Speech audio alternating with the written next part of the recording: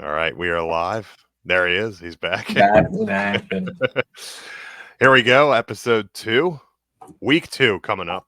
Thursday Week two night of the game. new name. I did keep the same episode count. It's like 28 or something like There that. we go. So All we're deep. right. I didn't realize we were that deep in the episodes Yeah, last we year. were. And then We we had just it stopped. cooking for a while there last year.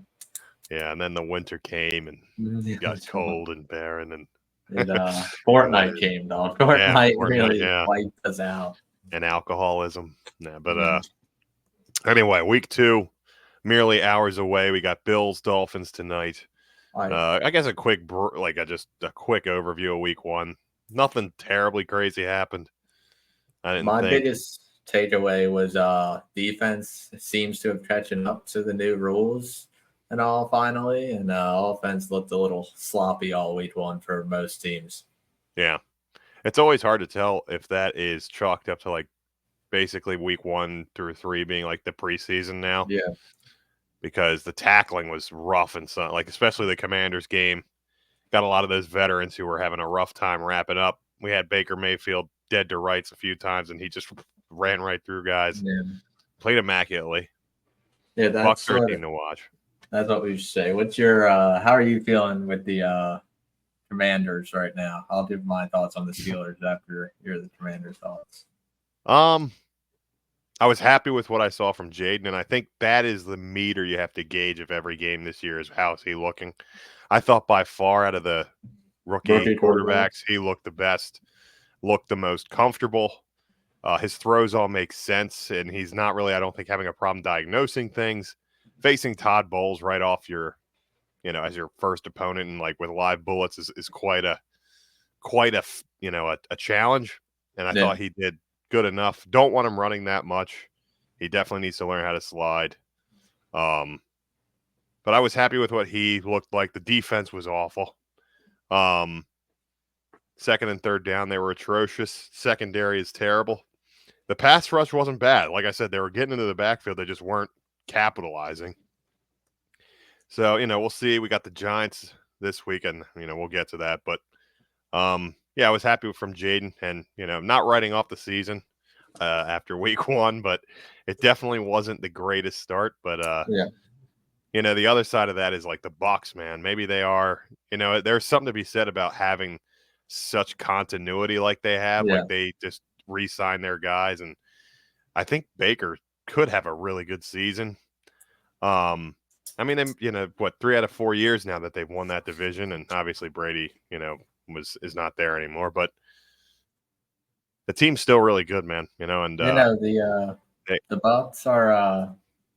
I coming into this year thought they were gonna regress, but after week 1, it was like, oh snap, maybe the Bucs are actually a pretty legit team. Maybe Baker 1 year into the Buccaneer career now has his feet under him and is ready to sling the rock. He was looking pretty solid. Honestly, one of the most shocking players out of week 1 than anyone. He was but damn near perfect. Like he was throwing just absolutely perfect shots to Mike Evans and Godwin, and it was like, some of the play by the Commander's secondary wasn't bad, and it was just like there's nothing you can do about that throw. And obviously Mike Evans is a future Hall of Famer. It's like he's going to do what he's going to do, but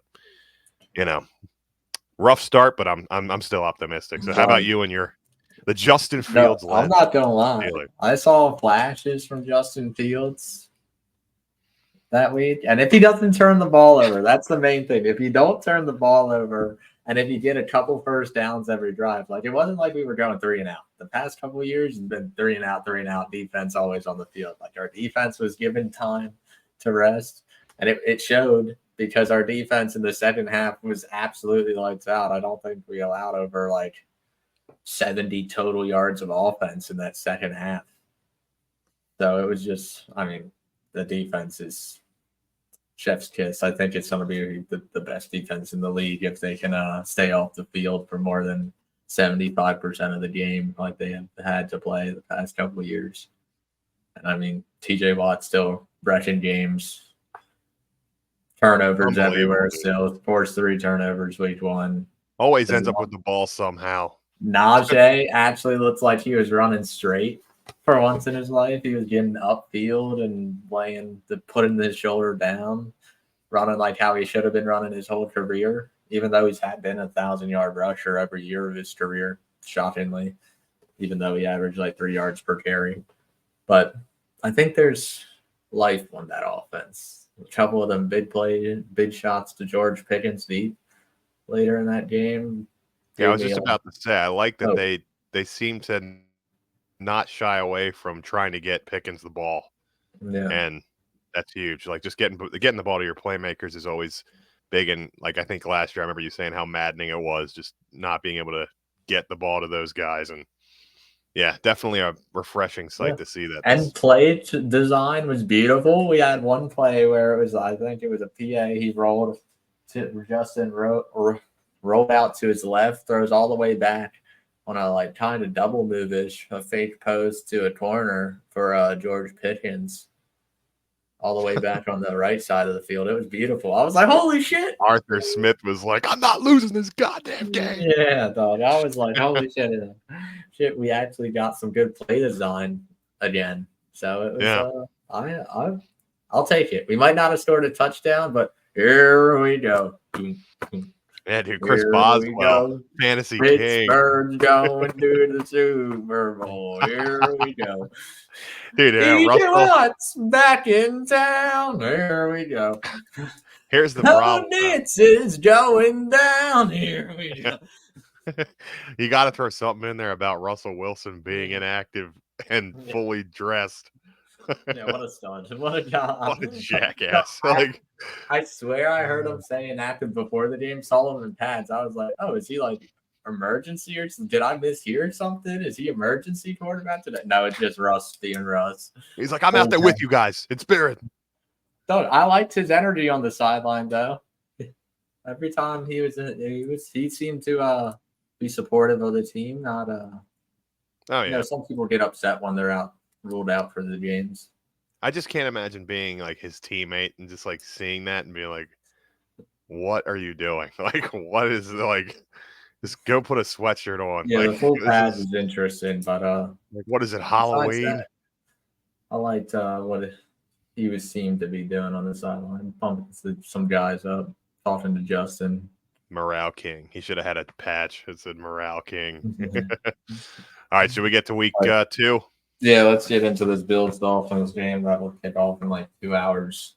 Let's get it. The hump the Dolphins can't get over. But I think the Dolphins showed enough to me last week. They were down by 10 points. The adversity was at their door. Last year, that's a game they would have folded, in my opinion, against the Jags. They would have folded. They would have just gave up and let the Jags win.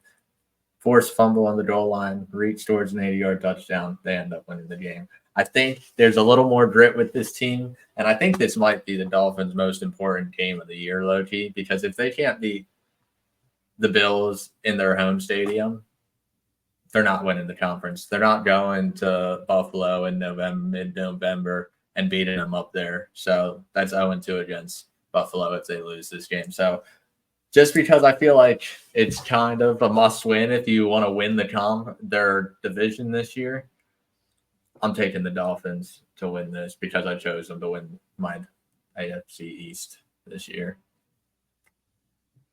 Yeah, it's one of those you get that rare occasion where you start the year off and you have 2 home games in a row, and there's all of a sudden this pressure of like, if we don't go, at least split these, but realistically, I mean, you need to get these two in the bag real quick, and then, last week was scary there for a minute. I mean, it looked like Jacksonville could have pulled away,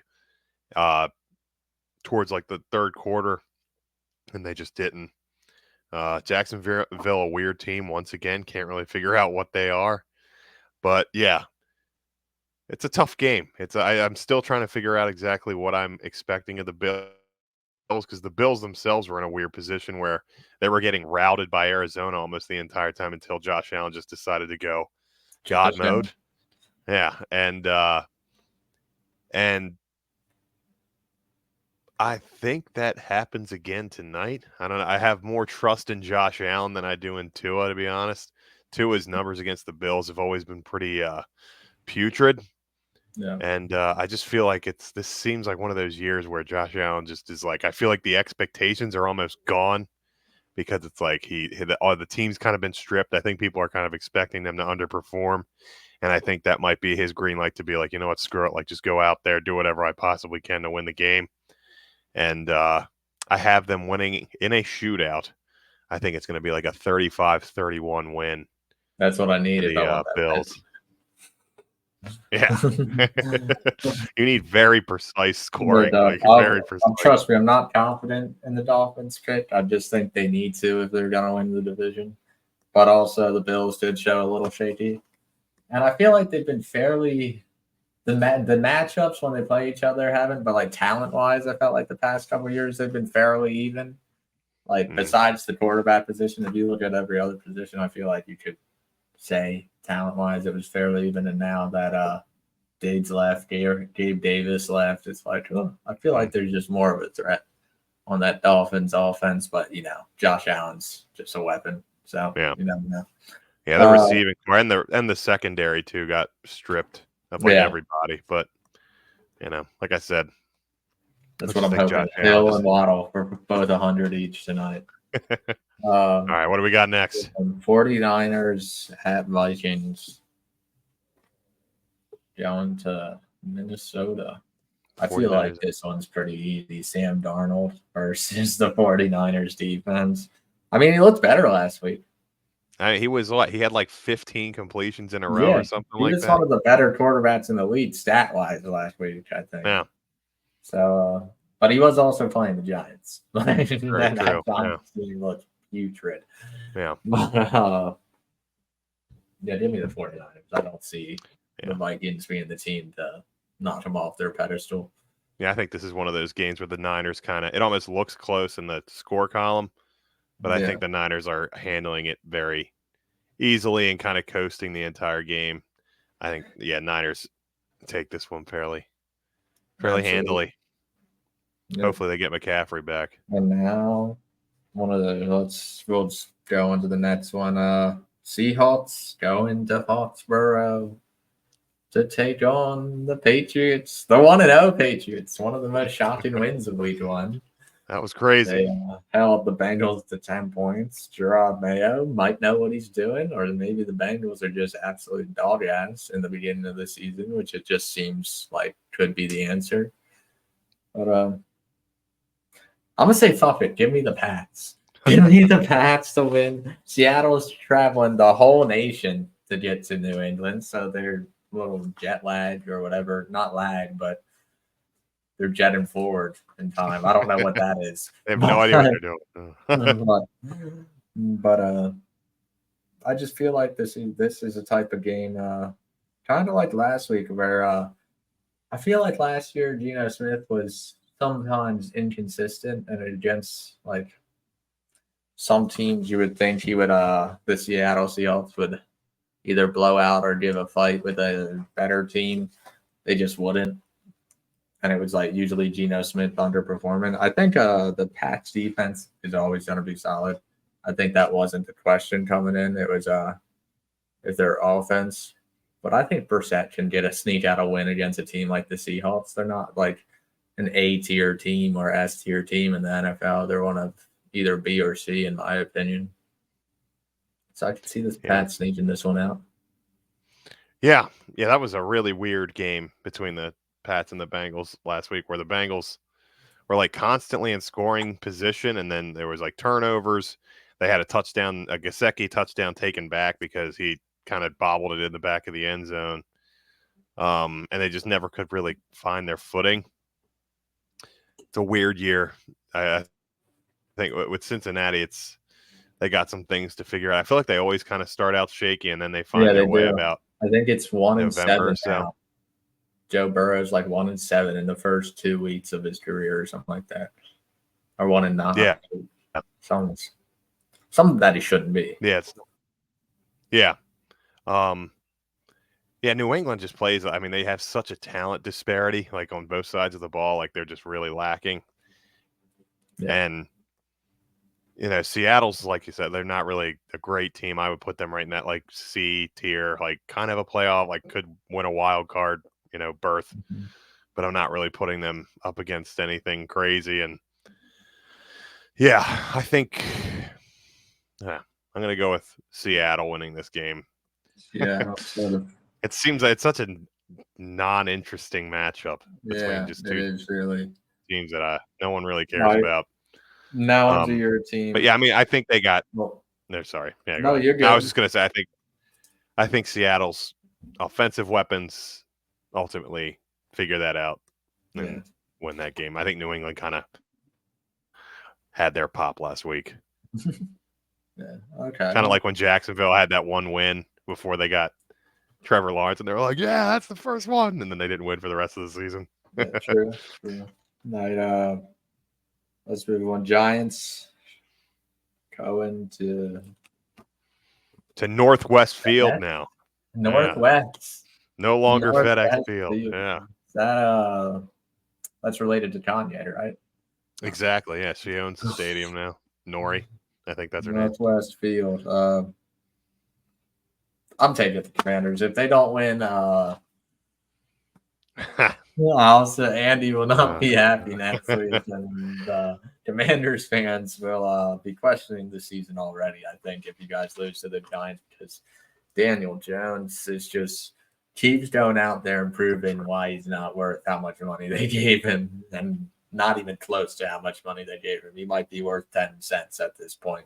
Yeah, I don't even know if he's a backup at this point. Yeah, he has thrown more pick sixes than he has actual touchdowns since signing that contract. Yeah. So yeah, I mean, but for some reason he always lights us up. He is like Aaron Rodgers, Patrick Mahomes, and Peyton Manning all combined against us. Yeah, this is one of those games. I feel like we had this same like it feels like deja vu, because if you remember last year, that matchup against the Giants where Tommy DeVito was leading them, and I basically was like, if we lose this game, like this seems like a gimme game, like you just win it, and they didn't. Now the difference is this Giants team has no Saquon now, and he is a big difference maker. But at the same time, man, it's like I could see them losing this game. Because that's just what they do. I'm hoping the tackling gets better. I think Jaden Daniels takes another step forward. I think he's much more of a passer than a runner in this game. And yeah, I think they win. I'm going to say they win. But I'm looking at the line, and that line's been moving. There's been some sharp money on the Giants all week. I think the line's all the way down to 1 point now. Mm-hmm. And that's making me nervous. You're making me nervous. We're going to bet on them this weekend. I'll take them out of my parlay for later. Yeah, so it's, the boys, out there in the desert, out in Vegas, they always seem to know. But yeah, I'll take the Commanders in a close one, unfortunately. To the point where we're walking away, actually, even feeling worse about the Commanders for some reason, as we always do after games against the Giants. All right, who we got next? Right. You picked the Commanders, right? Yeah, I did. Okay, cool. All right. I had Chargers, Panthers. I don't think we got to get too deep about this one. Chargers looked good last week. Did what they had to against a worse Raiders team. I think they're basically gonna try out the same game plan, run it down the Panthers' throat, do whatever they can to that Panthers team, because it is just not good. So give me the Chargers over the Panthers. Yeah, I'm on the same boat. I think, J.K. Dobbins' career revival, huh? It's crazy. Mm-hmm. But yeah, I mean, the NFL really wanted Jim Harbaugh starting off on the right foot, so they give him 2 games are pretty winnable. And yeah, I think this is the Panthers are on that trajectory of like every single. I don't know if they're going to be favored in another game in the next like 2 years. It's approaching like a point where it's like you almost wonder if they do talk to David Tepper about possibly selling the team, because it's getting really bad there. You kind of feel bad for Bryce Young, because I don't even think he's getting like a chance to really actually develop, because the team is so bad around him. Yeah. And Dave Canales for that matter. But yeah, I think the Chargers walk away with this one pretty easy. Okay. Next one. This is a sneaky one, I think, here. Saints at the Cowboys. I'm a Saints supporter, somewhat. I was big on them last year when they signed Derek Carr. Didn't prove me right the first year round.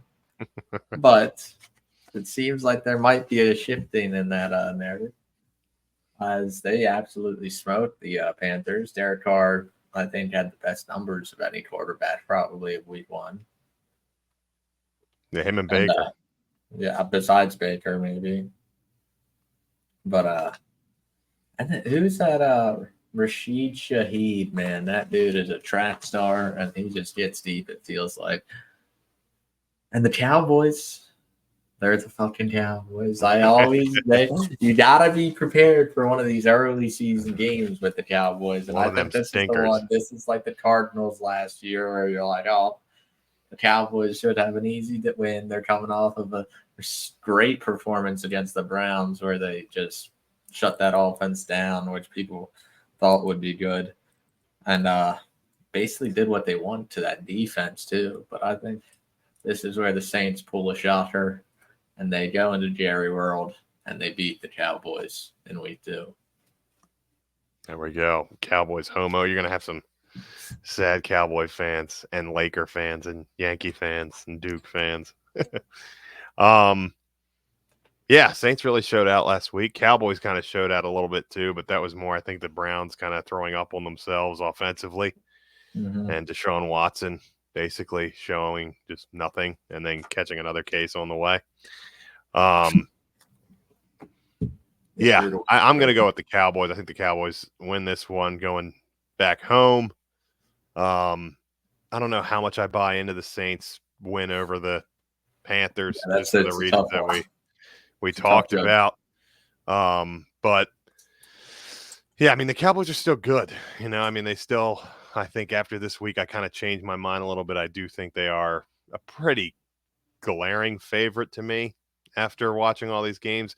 Eagles obviously they beat the Packers, but Jalen Hurts struggled pretty bad, and I could see that team kind of going south still. I still have a lot of confidence that they're not a very good team. So yeah, I got the Cowboys winning against the Saints. Okay. The next one is the Colts at the Packers. Packers lost Jordan Love last week, trotting out Malik Willis, I think, is the backup. Run and gun, baby. And I mean, not a lot of reps, not a lot of live action for Malik Willis in his career so far in the NFL. And what we've seen, didn't understand the assignment of a Hail Mary last week either. Just throw the ball. Like I was in shock watching. Like, how do you get it out? I've never seen someone take a sack on that play. Like that's insane. Yeah. A running quarterback too. That was the craziest part. It was wild. But Anthony Richardson also had some absolutely ridiculous plays last week where you were like, is he the only guy in the world that could make some of those throws? Possibly. Because, I mean, I haven't seen anyone hit that fadeaway. A couple players drooped on you, fucking just flick it 60 yards. Yeah, dog. I mean, maybe Pat Mahomes does it, but even he hasn't done that yet in his career, I feel like. That's crazy. Yeah, it was ridiculous. Shades of Cam Newton. Yeah, exactly. Taking the Colts to beat the Packers without Jordan Love. Yeah, I'm going to go with that one too. I don't think there's much. I mean, unless Malik Willis takes some big steps, I don't. Yeah, the Packers are not good enough. Yeah, anywhere to make up for that. They're just trying to stay alive in this. Yeah, they're looking to win 2 out of these, like however long he's going to be out. However long Love is, 2 out of the next 6 or whatever, just give him a chance to make a run. One of them Aaron Rodgers runs at the end. But let's move on to the Browns going to Jacksonville. The Browns offense. Oof. Deshaun Watson is hot trash. It just seems like he had that one good half against the Ravens last year when he got hurt. But besides that, his whole Browns career has been as good as Brown shit. Because it's like because it is nothing. Every time he lines up against the Steelers, he throws a pick six on the first play. It just feels like his career is washed. All the allegations have got to him. Those years off have gotten to him. Now he has another story coming out about him. It just nothing's lining up for him to perform well. I also feel like he is disinterested. Yeah. Like he gets the fully guaranteed contract. He never wanted to go to Cleveland in the first place. And like, I just don't think ever wants to. I don't think he cares much. I think he's fine being injured and just kind of sitting around. Like it sucks to see that team wasting away like they are. But at the same time, it's like you kind of feel like you kind of get what you deserve. Like you shouldn't have touched this guy. No one in the league should have touched this guy. And you guys got overly greedy and you went after him and you got him. And it is karma to just ridiculous amounts. Oh, yeah. At like a time when he's worth his least in value, probably too. Yeah. So you paid him the most ever. Didn't want to go there at all. That was the only way they got him, is by giving him everything he possibly could have wanted. And it's just great karma to see Baker killing it down there in Tampa Bay through all this. But yeah. Give me the Jags though. At the end of those, give me the Jags. Trevor looked decent. He had a couple of really good passes, but they should have won that game. Yeah. Yeah. Yeah, I'll take the Jags too. I think they'll put it together. Yeah. And that defense I think is still pretty decent. And yeah, I'll take the Jags in a low scoring affair. Yeah, same. Jets at Titans feels like a must win for the Jets. If they don't win this one after kind of just taking the pipe last week from the 49ers. I mean, in the start, it looked like their defense was going to play well against the 49ers. The first couple drives held the 49ers to a couple 3-and-outs. And then the floodgates opened. Moses parted the Red Sea, and Niners offense was unstoppable. I think it was 8 straight scoring drives they had against that Jets defense. I don't expect the Titans to be able to do that against this Jets defense. And I think the Jets will beat the Titans pretty handedly. But if the Jets lose, it will be a nightmare in New York. Panic City. Panic in NYC. Yeah. Yeah, I think the Jets kind of rout the Titans this week. I think they, it's one of those games where they kind of right the ship. I think Rodgers finally, he kind of gets his sea legs back under him. He looked pretty jumpy back there, honestly. He was pretty trying to get the ball out like really, really quickly, which is fine. But I think it was very clear he was very afraid to get hit. And, I think that'll probably stick around for the next few weeks. But I think this week he looks more confident. He's able to kind of put himself more into those throws. And just as he gets more comfortable, just being back in game flow. And that defense is still really good. They're so talented. I don't really question them at all. So, yeah, I think they beat Tennessee handily. Yeah. This is another sneaky one that could be really good. Bucs at Lions. Rematch of the divisional game last year, I believe. Yeah. And I have the Lions winning this one again, like they did last year in the divisional round. I think the Bucs will probably keep it close. That team's, as you said, as consistent as it feels like ever. They got the same players every year. It feels like they're always ready to go at least 9-8 every year and win the South. Whatever it takes. Yeah, but I got the Lions basically running away. I think Goff, that team. I think this is one of the Lions' years to make another deep run in the playoffs. It feels like great performance week 1, overtime, changed up the game plan completely in overtime and just ran it down their opponent's throat. Yeah. David Montgomery just taking it to him. The physicality. I think that defense is better than it is even was last year. So I'm taking the Lions. I'm actually gonna zag here. I think I'm gonna go with the Bucs. I think the Lions are coming off a pretty emotional win last week. It's always emotional when Stafford's back in town, and It's funny how that game almost at the end of it felt a lot like that playoff game last year. Yeah. And, I think like we were talking about with Tampa, like they just kind of look like they're all very cohesive, and Baker looks locked in right now. And I think they could win in a tight one and like at a field goal at the end. So I'm going to take the Bucks. Yeah, I got it being tight too. Coin flip game, I think, really. Yeah. But that was the Lions game last week. Some would say a coin flip game because of overtime rules. Yeah. Raiders at Ravens. No matter what, I love shitting on the Ravens, but this is an easy pick in their direction. I think the Ravens should handedly beat the Raiders. You might get a little trouble from Max Crosby, but Amari's mobility is going to be able to neutralize that, basically. Ravens O-line still have some questions, but as I said, Lamar's legs make that pretty not an issue pretty fast if he can just get on the run. It will be interesting to see his deep ball accuracy this week. I think he'll have more opportunities to land a deep ball against a team like the Raiders. He wasn't really accurate at all on throws that like 20 yards down the field last week, it felt like. He was overshooting everyone, in my opinion. Yeah. I want Isaiah Likely. I think he'll have another big game here and really take the crown of number one tight end in Baltimore by like week 9 this season, I think, because Mark Andrews was non-existent last week. And that Raiders offense led by Gardner Minshew, they just don't have the guy right now at QB to really do anything against a defense like the Ravens. Yeah, I think the Ravens right the ship a little bit. I think they have a much more balanced game plan. I think they rely more on Derrick Henry this game. Like you said, Max Crosby could be a determining factor in this game, and Christian Wilkins.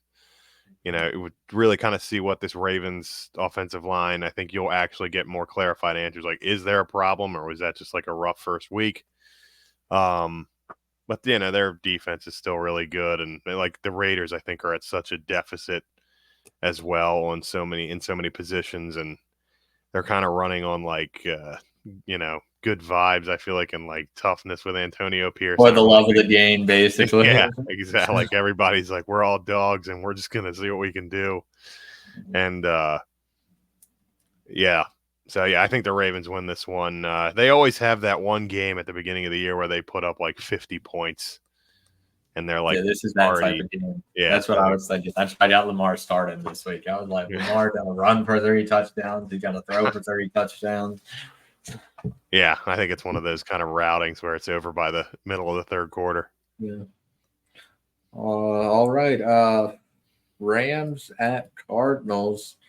I think this will be a pretty solid game, honestly. NFC West divisional game. Cardinals, much better than I thought they would be in the first week, given the Bills run for their money. Rams, I thought they would win last week. Came up short by a coin toss, it felt like, to some people. I mean, their defense just couldn't stop the run, honestly. I don't get why people complain about the coin toss. It's like, stop the fucking run, and you won't have the issue. You can give up a field goal here, too. Yeah, like, I know. I hate when people are like, they should both get possession if they score, even if they score a touchdown. It's like they're going the whole fucking field. I understand in college when you're going 25 yards why both teams should get possessions, but they're going the whole field. Come on, let's play some defense. The defense has to do something. Yeah, it's not just like everybody gets a turn. Yeah, don't get me started, people. But I'm taking the Rams here. I love Stafford. Kupp was a monster last week. There are some, but Nakua was gone, the tackle was gone, but they still were able to give the Lions, which is probably one of the top 3 teams to win the NFC, a run for their money. So give me the Rams over the Cardinals.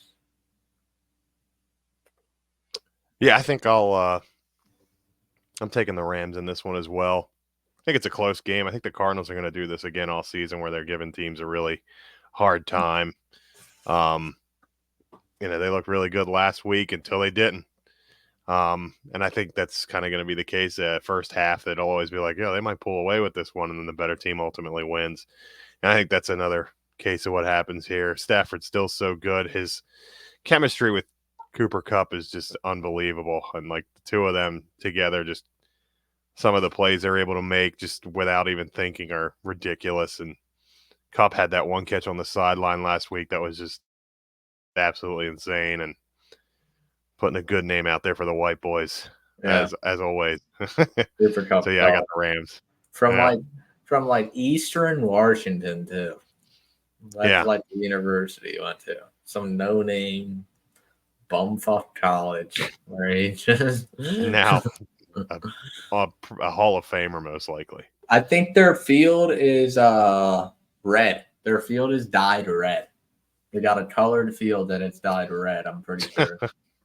He was born in the depths of hell. Oh, no, that's some scary shit. Yeah. Bengals, Chiefs. Clearly, I think this is a game of the week. Bengals, Chiefs. Big. Is that Sunday night? No, it is not. It is 4:25. So I think it's probably going to be Brady and the one dude doing it again. Did we talk about that? Yeah, no, that was rough. He reminded me of the people I do calls with that are very new to doing the calls that like you can tell they're overthinking what they're saying. Yeah, they're not just stringing the thought together. It feels like properly. It was very clunky for Brady. I felt like he'll get better. It was just maybe they should have had him, like, I think they should have had, like, the trio, right? They should have had, like, somebody kind of lead him along. Like, maybe still have Greg Olsen there with him and have, like, Brady be able to kind of say things every now and then. But, there was a lot of, like, just dead air. Also, I don't know if I'm just, like, a hater, but his voice kind of annoys me. Does his voice annoy you a little bit? Like, it's kind of squeaky to me. Yeah, I need to hear it a little bit more. I feel like to have a full opinion. Yeah. All right. Bengals, Chiefs. I think Burrow is playing a little injured with his wrist.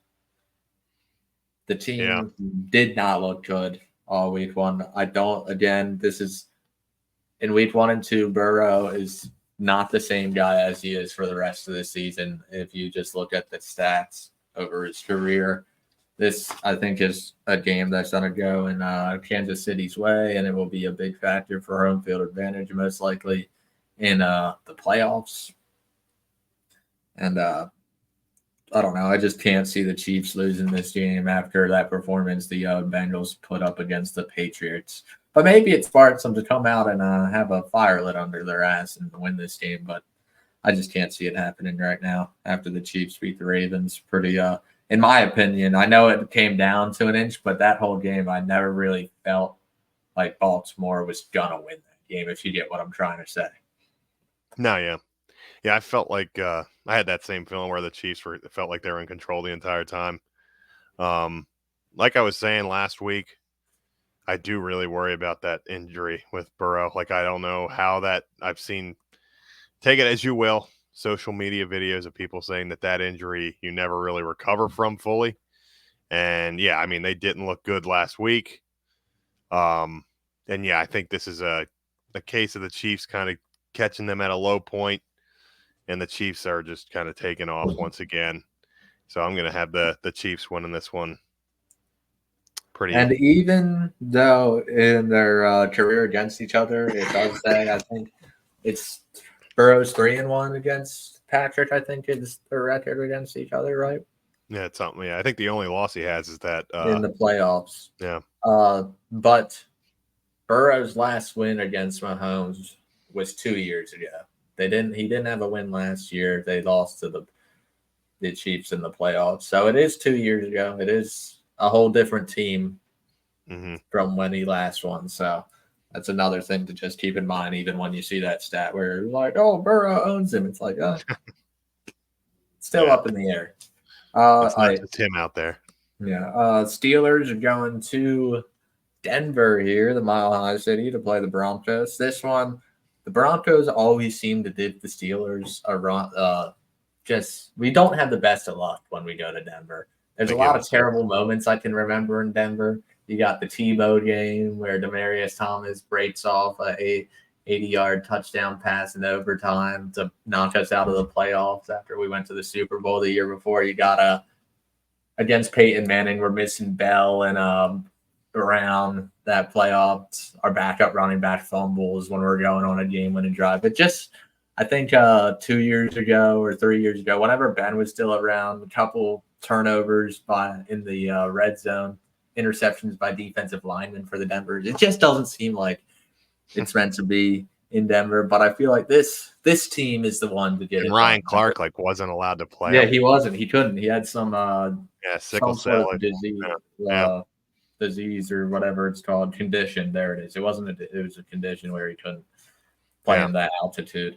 But I think this team is built to beat a team in like the Broncos in Denver because I feel like Najee, Jaylen Warren, Cordero Patterson having that three-headed trio in the backfield will be able to kind of dominate the ground while also none of them really be getting tired because of the rotation. If you run the rotation proper enough, that none of them really should be gassed by the end of the game. Of course, they'll be tired, but they shouldn't be gassed. They should still be running hard in the fourth quarter where we'll be trying to put them away. Justin Fields, if he can just connect on a couple of deep balls again, I don't think it would we should win. If I could, this is another type of game I could see where we don't need to score a touchdown to win this game. Like we could hold Denver to 10 points just like we held Kirk Cousins and the Falcons to 10 points. As long as we don't turn the ball over, I feel like we should walk out of this game with a victory. So I'm taking the Steelers. Yeah, I think it's still a few weeks away from Bo Nix and the Broncos kind of figuring it out. I will say I am surprised with him how kind of competent he looks. And, I think it's still, safe to say like Sean Payton still does know what he's doing.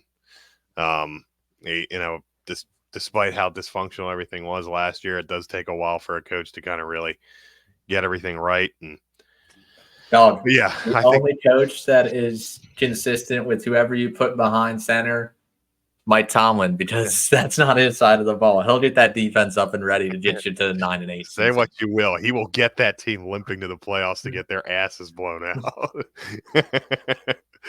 My God, if it's the last thing he's he like does, fucking Duck Hodges. Doesn't matter. Hop on this defense. We made it, and then it's just like, oh fuck. But yeah, I think the Steelers win this one.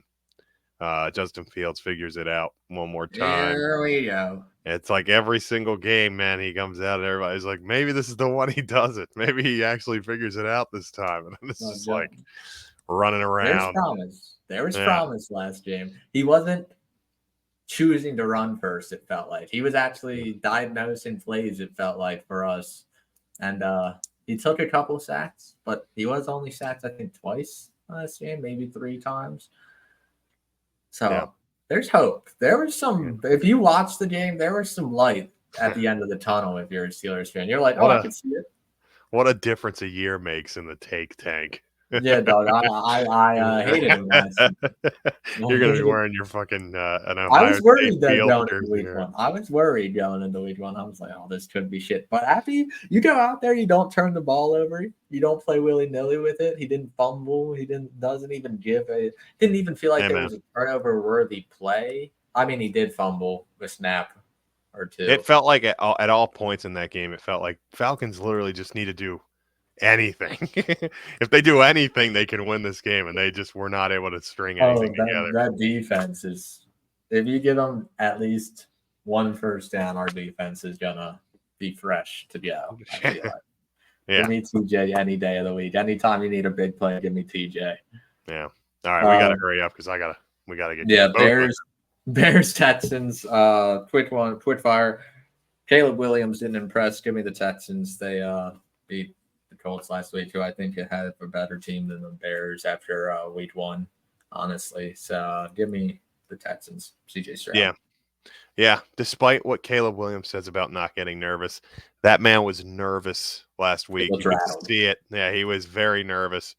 And yeah, I mean, I think Colin Cowherd, who, take this as you will, went through all of his games so far. He said he's had 49 passes so far in his career, preseason and regular season, and he's only completed 24 of them. So, I think we talked about, a while ago with Caleb Williams, how he does a lot of his stuff off schedule. I don't know how much that translates to the NFL.